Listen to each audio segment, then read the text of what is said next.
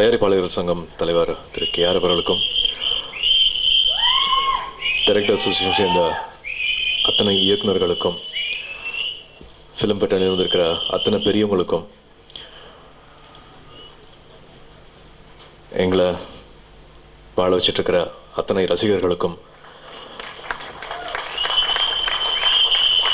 பத்திரிகை நண்பர்களுக்கும், புகைப்பட நண்பர்களுக்கும், மீடியாவிலேருந்து வந்திருக்கிற அத்தனை நண்பர்களுக்கும் வணக்கம். இது நிறையா டைம் ஆகிட்டுருக்கு. இந்த விழா வந்து ஆல்மோஸ்ட் முடிக்கிற தருணம். ஸோ நிறையா பேசணும்னு எதிர்பார்க்காதீங்க. பட் மனசில் இருக்குது சில விஷயங்கள், நான் அதை சொல்லிடுறேன். ஃபஸ்ட்டு பார்த்திபன் சாரோட தாடி டச் நல்லா இருந்தது, ரசித்தேன். நீங்கள் சொன்னதுக்கப்புறம் தான் கவனித்தேன் சார். அண்ட் லக்ஷ்மண் ஸ்ருதி அவங்களோட மியூசிக் மேஜிக்கலாக இருந்தது. ஸோ அதுக்கும் நன்றி. மறுபடியும் வந்து ஒரு மியூசிக் லான்ச் அப்படின்னா வந்து எப்படி இருக்கணும் அப்படிங்கிறதுக்கு வந்து மறுபடியும் இது இன்னொரு அடுத்த ஸ்டேஜ் தான் போயிட்டுருக்குன்னு சொல்லுவேன். விழா களை கட்டிடுச்சு நிச்சயமாக. அந்த வேஷ்டியோட வரும்போதே வந்து இன்னொரு கோஆப்ரேட் ஒரு ஃபங்க்ஷன் ஏதோ நடந்துருக்கு அப்படிங்கிற மாதிரி இல்லாமல் ஒரு வீட்டு விசேஷமாக இருந்தது. எல்லாருமே ஒன்றா சேர்ந்து படம் பண்ணோம், நண்பர்களாக படம் பண்ணோம் அப்படின்னு சொல்லும் போது அதுக்கு எல்லாமே இருந்தது. அது சும்மா வார்த்தையாக மட்டும் இல்லாமல் கண்கூட எல்லாத்தையுமே பார்க்க முடிஞ்சுது. அதுவே மனசுக்கு அவ்வளோ நிறைவாகவும் அவ்வளோ சந்தோஷமாகவும் இருந்தது. அண்டு நான் நிச்சயமாக எல்லார் மாதிரியும் நானும் வந்து திரு கருசரோட ரசிகர்னு சொல்லுவேன். ஏன்னா 2 படங்கள் எனக்கு ரொம்ப பிடிக்கும், பார்த்திபன் கனவு அண்டு சிவப்பதிகாரம். இப்போவும் டிவியில் பார்க்கும்போது ஏதாவது வரும்போது வந்து ஜோ இன்னும் மிஸ் பண்ணுது சார். பார்த்திபன் கனவு ஜோ இன்னும் மிஸ் பண்ணுது. ஐ திங்க் முதல்ல பேசியிருக்கும் போது அவங்க பண்ணுற மாதிரி இருந்தது. அப்போ எடுத்த டிசிஷன்ஸ்னால வந்து அவங்க நடிக்க முடியாமல் போச்சு. பட் நிறைய வாட்டி அதை சொல்லியிருக்காங்க. நான் மோஸ்ட்லி நான் கரெக்டான ஃபிலிம்ஸ் கரெக்டான இதெல்லாம் டிசைட் பண்ணுவேன். இது எப்படியோ மிஸ் ஆகிடுச்சு அப்படின்ட்டு இப்போ வரைக்கும் பேசிகிட்டு இருப்பாங்க.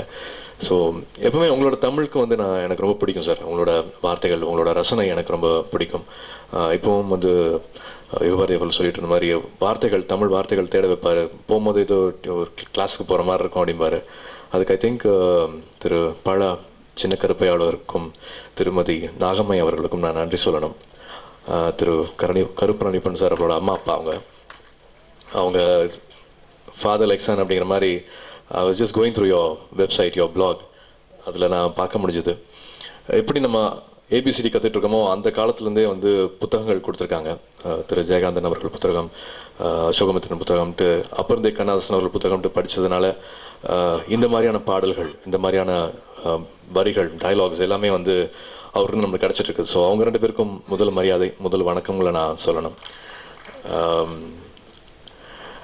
இந்த ஃபிலிம் எடுத்தோடனே வந்து நான் யார் என்ன பண்ணுறாங்க அப்படின்னு கூட எனக்கு தெரியாது. கீழே டைட்டில்ஸ் கூட பார்க்கல, யார் யார் பண்ணுறாங்க கூட பார்க்கல. பட் ஃபர்ஸ்ட் ஃபோட்டோ பார்க்கும்போதே வந்து அப்படியே உள்ளே இழுத்துச்சு. அஃப்கோர்ஸ் பார்த்திபன் சார், விமல் எல்லாருமே அந்த அந்த ஒரு ஃபோட்டோ தான் இதில் கூட போட்டுட்டு இருந்தாங்க. என்ன பண்ணிட்டு இருக்காங்க, யார் என்ன பண்ணது அப்படின்ட்டு கவனிக்க வச்சது.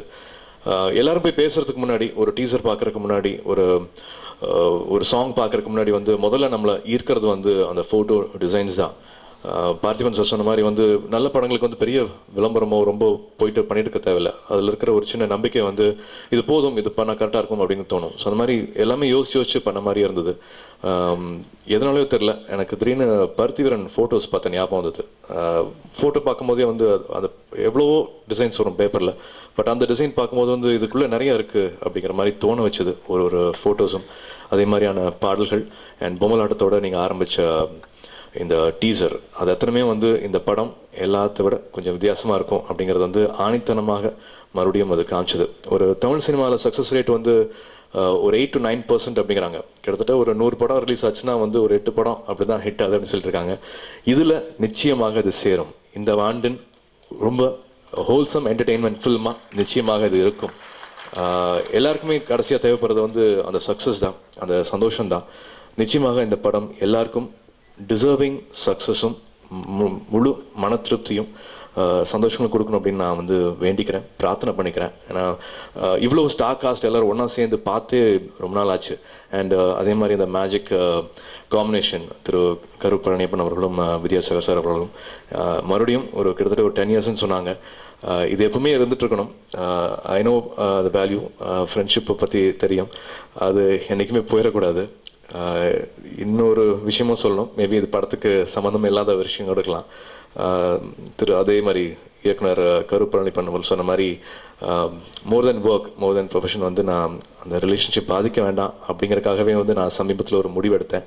அந்த உறவு பிரியாது, அந்த உறவு நிச்சயமாக இருக்கும். அடுத்த வருஷம் மீண்டும் ஒரு சிறந்த படத்தோட அவங்கள நான் வந்து சந்திப்பேன். அதுக்காக எடுத்துக்கிட்ட ஒரு இன்பிட்வீன் முடிவு தான் அது. ரெண்டு பேருக்குமே மியூச்சுவல் ரெஸ்பெக்ட் இருக்கு ஒருத்தருக்கு மேலே ஒருத்தர். ஸோ வாரணமாயிரம் சொல்லிட்டு இருந்தாரு, அதே மாதிரி ஆக்ஷன் ஃபிலிம்ஸ் தாண்டி ஐ மீன் நிச்சயமாக யோசிச்சுட்டு இருக்கேன். ஒரு வருஷம் ஆயிடுது, ஒரு படம் முடிக்கிறதுக்கு வந்து ஒரு வருஷம் ஆயிடுது. மேபி சிங்கத்தோட 1ஓட தாக்கமும் சிங்கத்தோட 2ஓட தாக்கம் அதிகமாக இருக்கிறதுனால அப்படி தோணுச்சுன்னு நினைக்கிறேன். நிச்சயமாக மாற்றானும் வேற மாதிரி யோசிச்சு தான் ஒரு படம் பண்ணோம், போதி தர்மனும் வேற மாதிரி யோசிச்சு தான் பண்ணோம். வெறும் ஆக்ஷன் மட்டும் இல்லை, அடுத்தடுத்த படங்களும் ஐ திங்க் அதை ப்ரூவ் பண்ணுவேன்னு நினைக்கிறேன். அடுத்த வருஷம் நிச்சயமாக அந்த ஒரு கூட்டணிக்காக நான் எதிர்பார்த்துட்டு இருக்கேன். நிச்சயமாக அதுவும் அமையும். அண்ட் அமீர் அவர்கள் ஸ்டேஜில் சொன்னதும் எனக்கு ரொம்ப சந்தோஷமா இருந்தது. இப்போ வரைக்கும் மௌனம் பேசுதே எல்லாருமே சொல்லிட்டு இருக்காங்க, அந்த மாதிரி ஒரு படம் கொடுக்க முடியுமா அப்படிங்கிற ஒரு கேள்வியும் எழுப்பிட்டு இருக்காங்க. எனக்கு தெரியல, I wish I can do something again. But இது எல்லாத்தோட சேர்ந்து நானும் ரசித்தேன். ஜன்னலோரம் படம் எப்படி வந்து ஆர்டினரி ஃபில்ம் வந்து அப்படி ஒரு ரெக்கார்டை கிரியேட் பண்ணிச்சோ, இங்கே இது நிச்சயமாக பண்ணும். ஒரு இயக்குனரோட ரசிகனா நான் அதுக்காக நான் காத்துட்ருக்கேன். திரு முருகன் அவர்களுக்கும் வாழ்த்துக்கள், மொத்த டீமுக்கும் என்னோட வாழ்த்துக்கள். நிச்சயமாக எல்லாருக்கும் எல்லா சந்தோஷமும் கொடுக்கணும் அப்படின்னு நான் வேண்டிக்கிறேன். தேங்க்யூ.